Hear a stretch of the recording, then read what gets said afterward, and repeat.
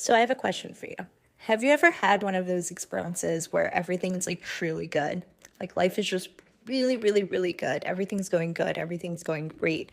Like you're on top of the world. And then in that moment, you start thinking, well, if everything's really good, when is it going to get bad? When is the other shoe going to drop? When is that problem going to come in? When am I gonna fall from the sky that I'm on right now, right? Like you start to have those thoughts of like doubting that it can be that good, that your life can always be at that level. And then what do we start to do? We start to believe that doubt, we start to believe that fear, we start to allow that to be our reality, and we start to see those things in our life. So I want to talk about this concept of like our thoughts are a reality, because I think that there's a deeper level to it that needs to be understood, that will help you understand how to live it out on a very day-to-day basis, on a practical basis. So we all know this by now, hopefully. If you're watching this video, then you know this.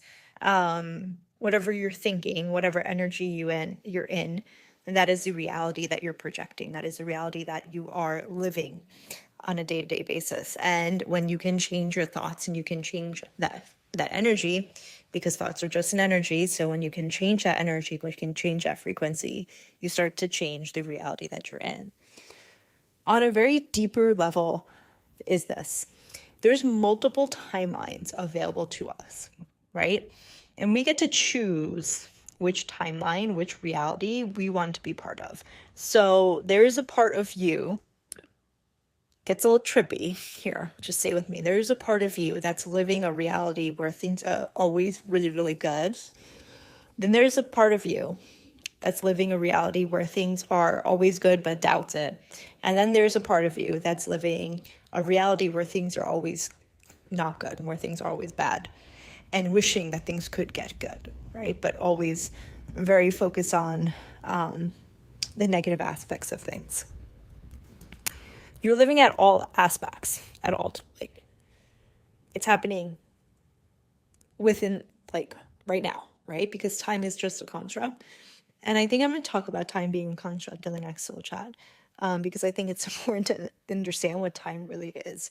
But it's all happening at once. We're all living everything out at once, right? And so when you change your thoughts, you're changing that reality that you're living in, because all aspects, all possibilities are being played out at once. You're just tapping into the version of you that's tapped into that energy, right? That doesn't mean that the other versions don't exist. So, and that's very powerful, because that also means that we are the creators of our reality. All right, so what does that mean for you, right? Like, what does that mean? Like, how am I supposed to be using this every day, Irvi? Here's the thing. Now that you know that there's multiple possibilities that are being played out for you, and you're tapping into whichever version you want based off of your thoughts, based off of your energy, this gives you a lot of power. It gives you the power to choose which reality you want to be part of. So the next time you have that thought of like, wow, life is really good right now, affirm it and say, I love that my life is so good. I'm so grateful that this is how life is. I would want more of this and only this. And that's it. And when your mind and your subconscious take you back to like memories of like, well, things can get bad, the other shoe can drop, you kind of just like freeze it out of your energetic field, right? You tell yourself that that's not the reality that you choose to be part of. You don't choose to be part of that reality. That is not the reality that you are signing up for. And you don't let those thoughts creep into you. Easier said than done, I know. And so I'm going to give you some practical tools now. So here are some tools that can help you. Number one, affirmations. So affirmations in the morning and in the evening.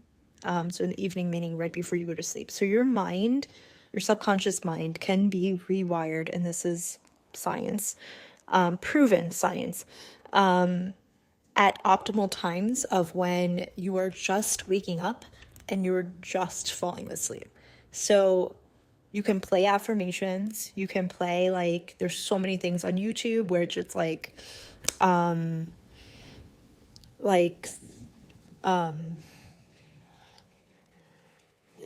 just like subliminal messages. That's what I was like thinking of. Just like messages, but they're really affirmations. It's just like rewiring your subconscious mind so it doesn't go into the loop of fear and doubt when things are good. It actually affirms the abundance mindset. But when you can play this as soon as you wake up and as soon as you sleep, and you do this for 21 days, another proven fact is that if you do something for 21 days, it becomes part of your daily life. It becomes a habit. So if you can do that for 21 days, you'll see significant improvement in your life, and especially within your thought process. That's number one. Listening to affirmations or just like playing like a loop of video. And I can, if you have questions about like what video, just DM me and I can send you a video that I listen to.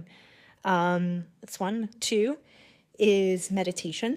So meditation is used for us to tap into consciousness that is highest level, right? Is the highest level.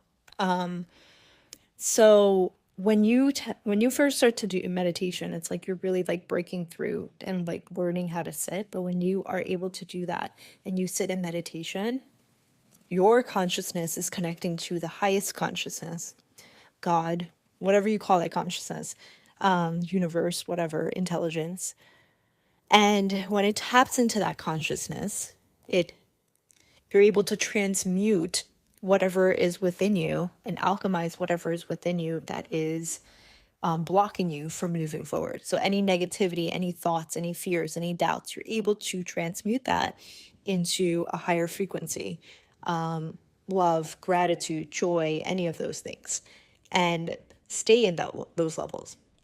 When you practice meditation on a daily basis, you're able to free yourself from fear and doubt because those are tapped into a lower dimensional consciousness, right? And meditation is elevating your consciousness, and so you're actually tapping into a consciousness that's 5D or higher, which fear does not exist in those levels. So meditation is also very helpful. That's 2. And 3, the most simple thing that you can do when you have a thought that you know that is going to bring you down into a vibrational frequency that you do not want to be in, because you're going to attract things that you don't want in your reality, is breathing. Just take some simple breaths. Just breathe in, breathe out, come back into the moment, into the present moment, and really become present with what's around you and just have gratitude for it. And that's it, right? That's it. Allow your mind to free away from the complex web that is creating, or story that it's creating, to just pause and be with what is and have gratitude for what is and just stay there. And you can continue to do the breathing exercise and continue to be in gratitude, and that will really help you to like kind of hack this thoughts. And like the more you do that, the more you practice these things, the more your subconscious will start to pick up on it. So last thing I'll mention here is about the subconscious mind. So subconscious mind is just this thing, this entity within us that works based off of patterns and based off of training, right? So if you can train your subconscious mind based off of certain patterns, it'll pick up on that, right? So it's like your subconscious mind is like this very interesting code, just like computer system or computer software is coded. It's just like your subconscious mind. There's a code in there. And that code, every time you come into a situation, there's analysis that happens with that code, with that machine, which is your subconscious mind, and it's starting to like use its code and like understand and analyze, and then like it tells you This is how you should react, right? That comes into your conscious mind, and then you remember, like, all of a sudden remember this thing, and then you're like, oh yeah, that happened that time, so I'm not going to do that this time. Or that happened that time, so I need to be careful this time. And all of that is stored within your subconscious mind. Your subconscious mind is also very active during dream states, right? So that's why, like, when I said right when you wake up, right when you sleep, you're actually in this state of, like, very interesting state of out of dream state, getting into consciousness, but not in full consciousness yet, which is where your subconscious mind is the most fragile. And that's when you can really start to train it to think the things that you wanted to know, right? Right now, what's happening in your life is that your subconscious is kind of in the driver's seat because you don't know how to work with it. You don't even know that you can work with it, but you can, and you can train it, and you can feed it the information to recode situations to the way that you want to react to it because you are in control. That's actually what that phrase means. And is as realities. It means that you're the creator of your reality.